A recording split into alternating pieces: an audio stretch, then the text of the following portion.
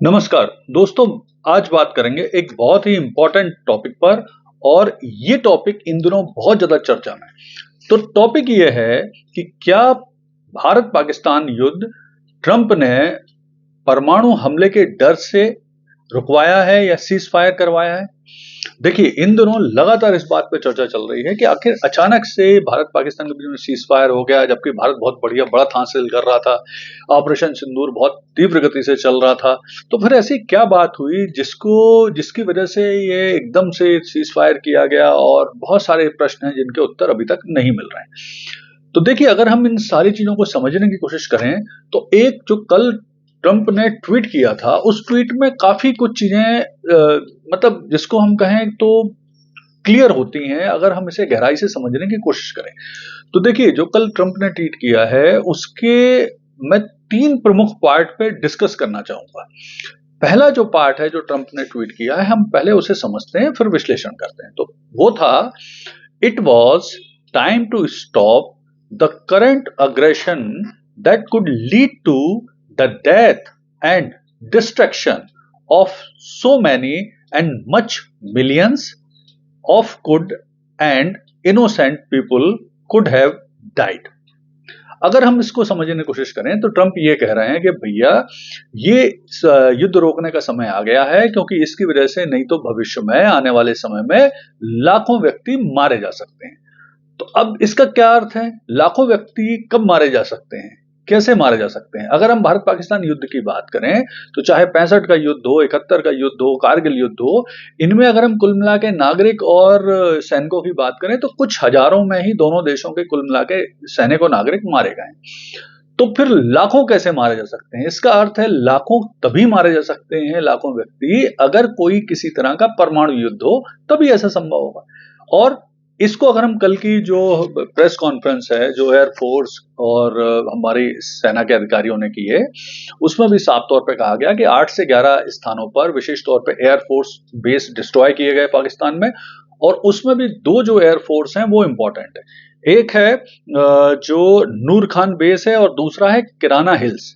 ये दोनों जो एयरफोर्स बेस हैं, इनके पास ही परमाणु जखीरा है पाकिस्तान का। तो ऐसी संभावना मुझे लगता बनने लगी थी कि पाकिस्तान को ये लगा कि भारत जिस तरह से तीव्र गति से अटैक कर रहा है, कहीं उसके परमाणु जखीरों तक ना पहुंच जाए, वहां भी हमला ना हो जाए।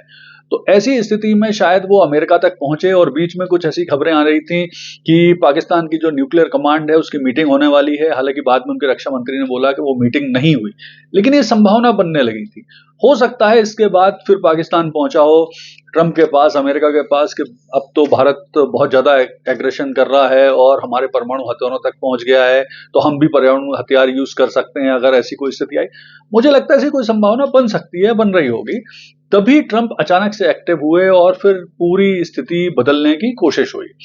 तो यहां पर जो मुझे लग रहा है उनके ट्वीट का जो ये वाला पार्ट है, ये इंपॉर्टेंट है, इसी वजह से कि यहां पर वो एक सिग्नल है कि शायद भारत पाकिस्तान के बीच में इस लड़ाई के अगले पार्ट के रूप में शायद परमाणु हथियारों का इस्तेमाल हो सकता था। अब हम दूसरा देखते हैं उनका ट्वीट, मतलब पार्ट। वो उन्होंने बोला इसी ट्वीट में, I am going to increase trade substantially with both of the great nation. मतलब मैं दोनों देशों के साथ अब व्यापार को बढ़ाऊंगा और तीव्र गति से। तो भाई, पहले ऐसा क्यों नहीं कर रहे थे? और अगर हम साइकोलॉजी देखें किसी व्यक्ति की, तो हम अगर किसी से कुछ मांगते हैं तो बदले में फिर उसे कुछ देने की कोशिश करते हैं। तो यानी मुझे लगता है ट्रंप ने भारत पाकिस्तान से सीज फायर के बदले में उन्हें ये देने की कोशिश की। तीसरा अगर हम देखते हैं इसका पार्ट ट्वीट का, फिर था, I will work with both of two if after 1000 year a solution can be arrived at concerning Kashmir. मतलब कश्मीर मुद्दे पे भी मैं मध्यस्थता कर सकता हूं अगर दोनों देश चाहें। हालांकि ढेर सारी बार भारत मना कर चुका है कि मध्यस्थता उसे मंजूर नहीं है कश्मीर मुद्दे पर। पता नहीं ट्रंप क्यों बोलते हैं, और ये 1000 ईयर कहां से ले आए, जो कि मुश्किल से 75-77 साल का मुद्दा है, वो कहां से लाते हैं पता नहीं। तो अगर हम कुल मिला के इस स्थिति को देखें तो ट्रंप का ये जो मूव है, ये जो सीज फायर वर्तमान स्थिति है, हालांकि इसे सीज फायर भी भारत की तरफ से नहीं कहा गया है, तो एक एग्रीमेंट ही कहा जा रहा है। तो ये किया गया है तो भारत ने एक चीज बहुत क्लियर कर दी है यहाँ पर कि अगर अब भविष्य में पाकिस्तान ने किसी भी तरह की आतंकवादी गतिविधि की तो उसे एक्ट ऑफ वॉर माना जाएगा। इस पूरे युद्ध के दौरान भारत की एक जिम्मेदार राष्ट्र की छवि बनी है। भारत का जो आर्मी पावर है वो पूरी दुनिया ने देख लिया है। भारत की जिम्मेदार लीडरशिप को पूरी दुनिया ने देखा है। तो कुल मिला के ऐसा लगता है कि भारत की छवि इससे बेहतर ही होगी और अब पाकिस्तान पर और प्रेशर पड़ेगा कि उन्हें सीटीबीटी और एनपीटी जैसी परमाणु अप्रसार संधियों पर हस्ताक्षर करना पड़ेगा।